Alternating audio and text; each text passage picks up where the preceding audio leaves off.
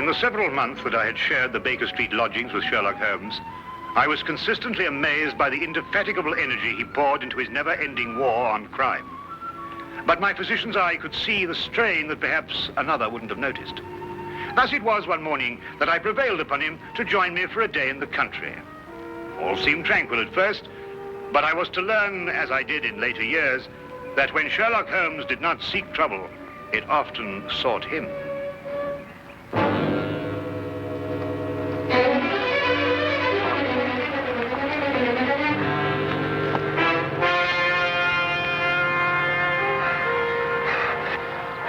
Help her. They may be coming. Steady now, we'll have you all right in a minute. What's happened to the young lady? Who are you running from? Stark. Carroll. They tried to kill me. Out now, Holmes. Perhaps we'd better get them to London, eh? My very thought. The young lady is uninjured, but she's suffering from a deep state of shock. Come along. Oh.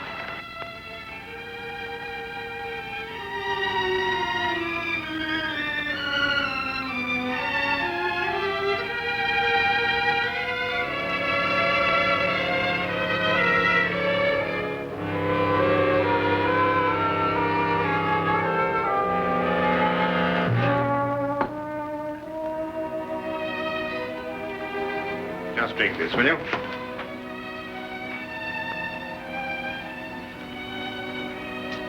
Better now? Much, thank you, sir. Will she be all right, Doctor? Oh, yes, I think so. Twice last night, she saved my life. Who is she? I don't know. We only met last night. I'm afraid she's mute. What, deaf mute? No, she hears and understands perfectly. How did you meet her? Well, it all started yesterday afternoon. Seems an eternity since then. I was in my office, facing the realities of my professional situation. I suppose that everyone finds his first venture into independent business to be a dreary experience. After a year of it, I'd about decided to admit failure and seek employment with some recognized firm. It was at that point that I received a client. Mr. Hatherley? His name was Colonel Lysander Stark. Had I known then what horror he was bringing into my life, I would have strangled him right then and there. Frankly, Mr. Hatherley, the commission I have come here to offer you deals with a matter of extreme secrecy. I have gone to some lengths to acquaint myself with both your professional and your personal qualifications. Personal qualifications, sir? Yes. I know you to be an efficient hydraulic engineer, but also that you are a bachelor, an orphan, and that you reside here alone in London. Why, that's very true, but I'm afraid I don't understand. You shall when I explain the assignment. Do I have your word that our conversation will go no further than this room? Of course, sir. I shall respect your confidence. Excellent. Well then, does £50 for a night's work appeal to you? £50? I note by your expression that you suspect some illegality. Let me set your mind at rest on that score. Exactly what you want me to do? To repair a hydraulic press, Mr. Hatherley. A rather large hydraulic press. Well, that hardly seems unusual.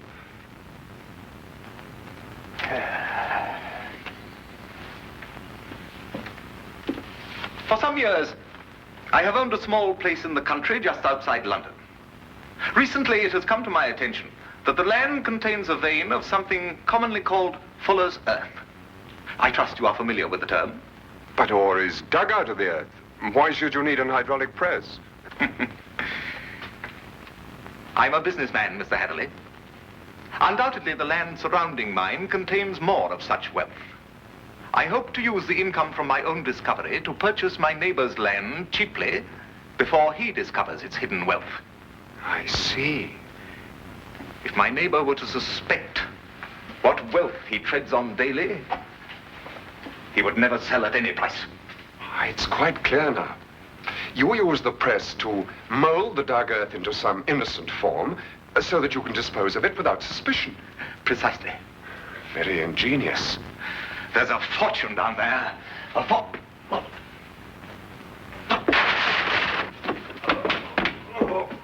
Is anything wrong?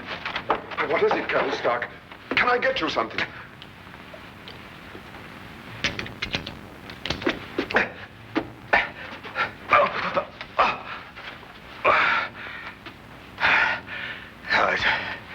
It's all right. My heart. I oughtn't to get too excited.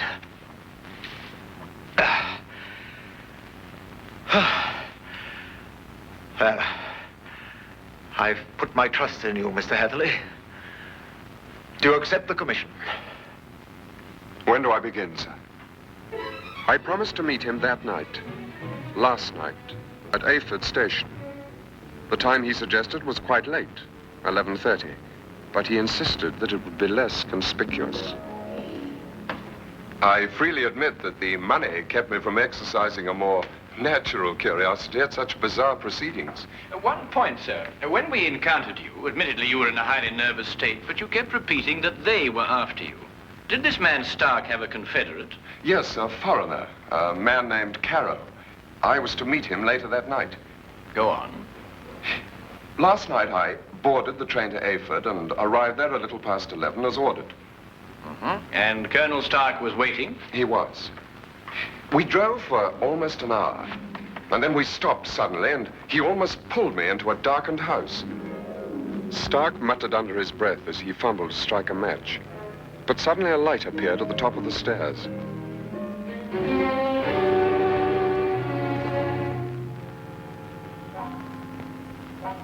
It was the first time I saw this young woman, gentlemen. Even in the poor light, beauty and fear were sharp in her face.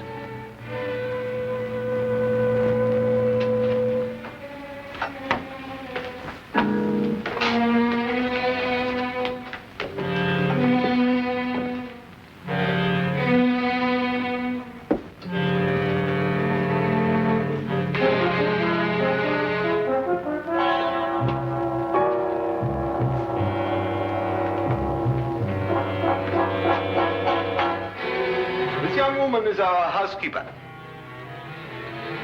How do you do, miss? She cannot answer you, I'm afraid. She is quite mute. I forgot to tell you that I have a colleague, Monsieur Carrow, brilliant mineralogist. I'll fetch him for you, if you'll excuse me for a moment. By all means.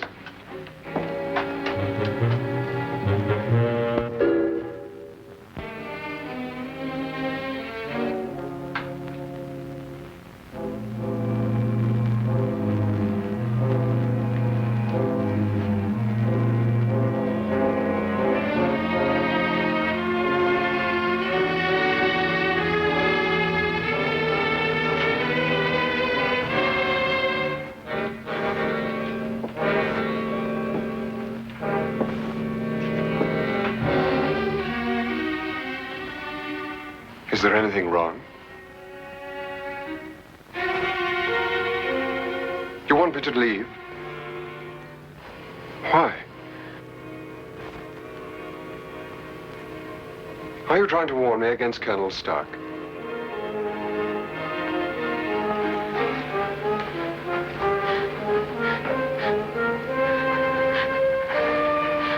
Why should I fear Colonel Stark? I only met him this afternoon.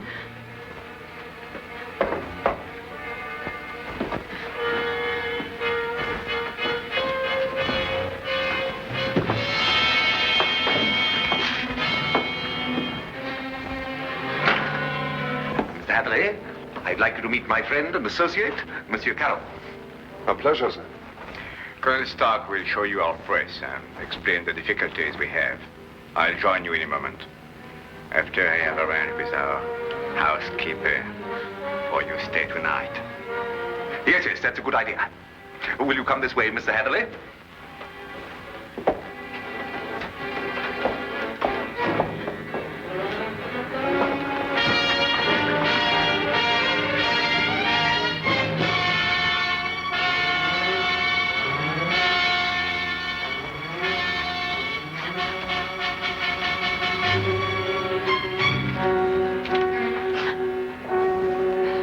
I thought you have learned better, my dear.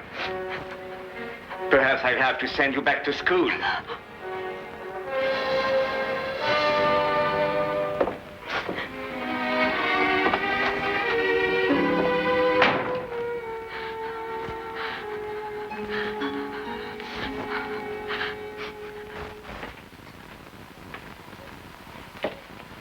Yes, in principle, this is the standard hydraulic press. Though I must say I've seen few as large. Indeed? And so it does the work of 4 ordinary presses. I think I told you that time is my greatest foe.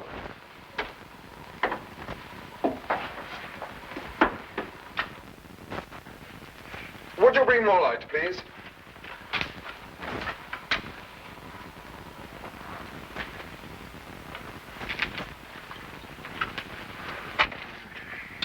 Wood.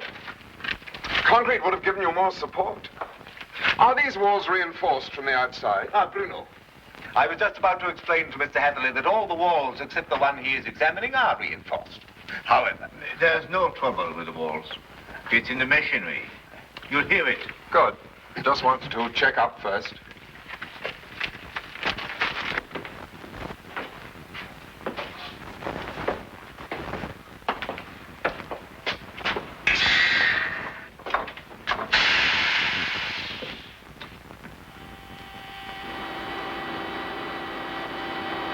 Now listen.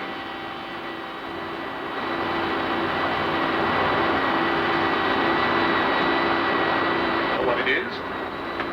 One of the cylinders is leaking fluid, cutting down your power. Turn it off and we'll have a look at the driving rods.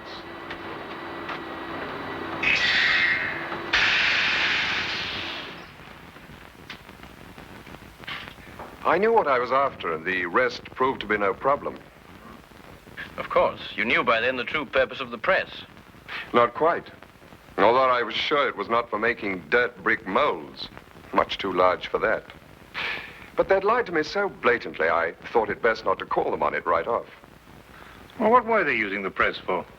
Fairly obvious. They are counterfeiters. They use the press to form the amalgam that takes the place of silver. So I learned during the night. It was naive of me to assume that everyone but myself was asleep, but I did.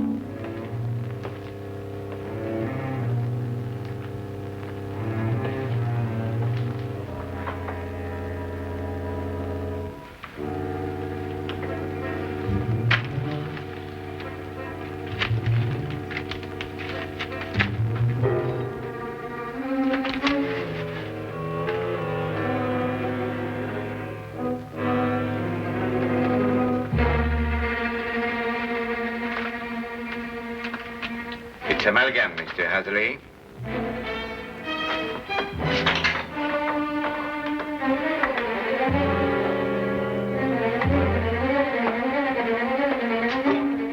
Carol, open up! Let me out of here, Carol!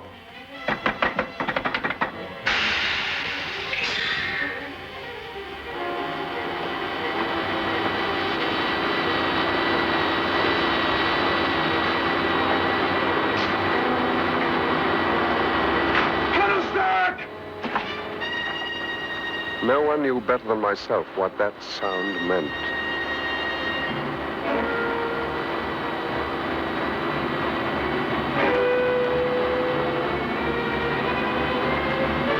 Caro had started the press. Within minutes, that cold ceiling would be down with a force capable of grinding me to a shapeless pulp. And there was no way in the world I could stop it.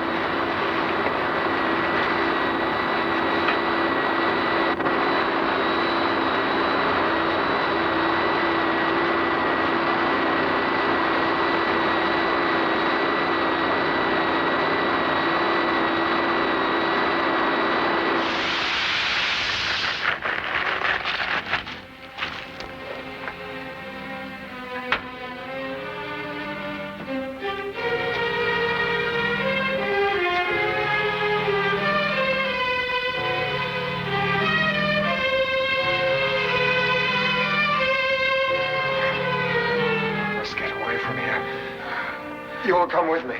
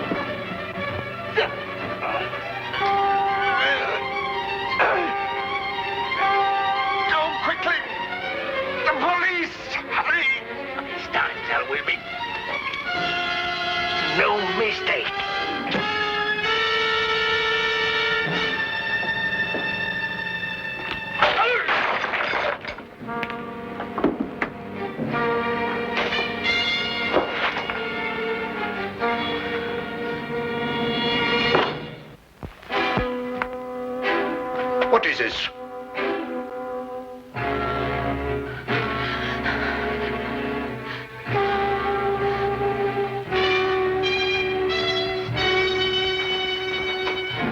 What's happened here?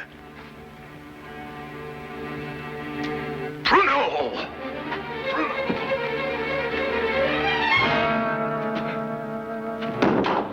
No. No.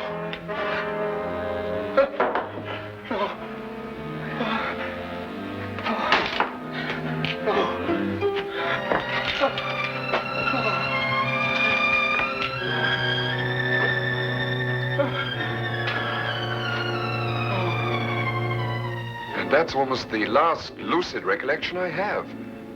I remember carrying her outside and plunging ahead into the darkness. Then you have no memory of going through the woods? Almost none. The next thing I remember, you and Dr. Watson were bending over me. Are you all right? She screamed. Did you hear her? Yes, quite clearly. Please, don't let them send me back. I can't bear it. There now. Brandy, Holmes, will you? There. That's right. You'll be all right. Here, drink this, will you? Now, Spencer. Now, tell me, do you know this gentleman? Yes, Mr. Hatherley. Oh, you can speak. Oh, why last night did you pretend? I wasn't pretending. I've been unable to speak for a year. Excuse me, Miss, Connors, Ruth Connors. Miss Connors. I gather that the events of last night gave you a shock, rather like a shock you received a year ago. Yes. When I saw the gun in Colonel Stark's hand, and it was pointed directly at me, a year ago, another young man visited us to fix the hydraulic press. I see. What do you know about this other young man? I was standing there, watching, when all of a sudden Colonel Stark fired his gun straight into the other young man's face. Why didn't you go to the police? I did. But first I must tell you that Mr. Carew is my uncle and guardian. He's my only living relation. And when I witnessed the murder, he fell upon me, repeating over and over, "You must never say a word. You must never say a word." But the first opportunity I had, I ran to the police. What did they do? Nothing. Because from that moment to this, I've been unable to utter a sound or speak a word. It was as though my throat was frozen up. Incredible. I have heard of this before. The worst of it was, my uncle learned of my attempt to inform on him and had me committed to Bedlam. The insane asylum? I spent 6 long months there, 6 horrible, unforgettable months before they released me in his custody. After that, he forced me to do his bidding by threatening to send me back. Send me back to school was the expression he used. Why, that's horrible. Very. And I think it's time we called in our old friend, Inspector Lestrade. If only to deal with this man, Carew. You're not forgetting Stark, are you? Oh, I expect we'll find his remains, Watson. The loss of his medicine undoubtedly saved England the cost of executing him. Well, come along.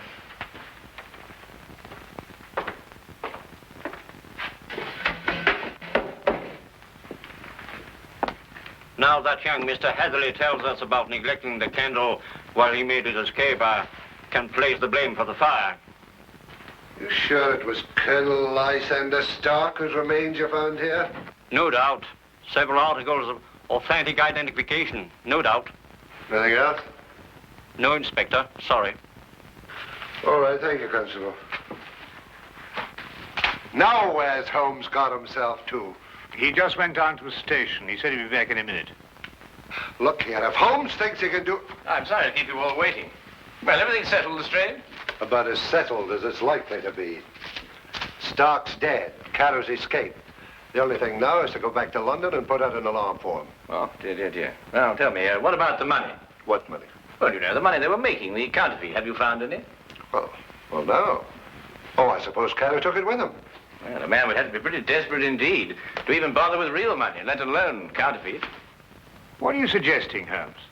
Miss Connors, the only carriage used here is the carriage that Mr. Heatherly rode in. Is that right? Why, yes, I think so.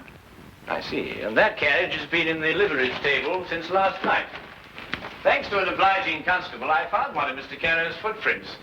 But there was no trail of similar prints leading away from the house. Mark you, I didn't imagine that he would try and make his escape on foot. How did he get away then? He didn't, my dear fellow. He's still in this house, hiding somewhere. What? Mr. Holmes, there's a cellar where... I examined that cellar myself. No, I mean the special cave they dug under the house to hide the money. Then there must be an entrance from the house itself. Well, I wasn't permitted to know exactly where, but I'm sure it was in this room somewhere. Thank you. Well, let's try and see, shall we? I beg your pardon.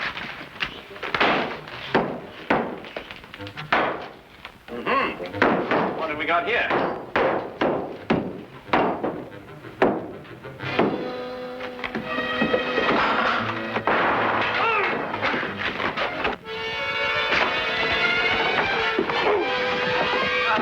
Very neat, Watson. Oh, there wasn't anything to it. Now then, what have we got here? Oh, just nicked me, Doctor. Nothing serious. I will have a look at it anyway.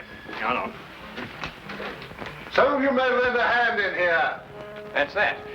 I don't believe you'll have any more trouble with Mr. Carew. This has been a nasty business all round. I've lost my £50 fee, been roughed up, but it could have been worse, I suppose. A good deal worse, my friend. For example, I believe this is yours. Mine. Yes. What is it? Your shoe, I believe. I recovered it from the press. Yes, it makes one think, doesn't it? Well, Watson, you were quite right. A day in the country can be quite relaxing.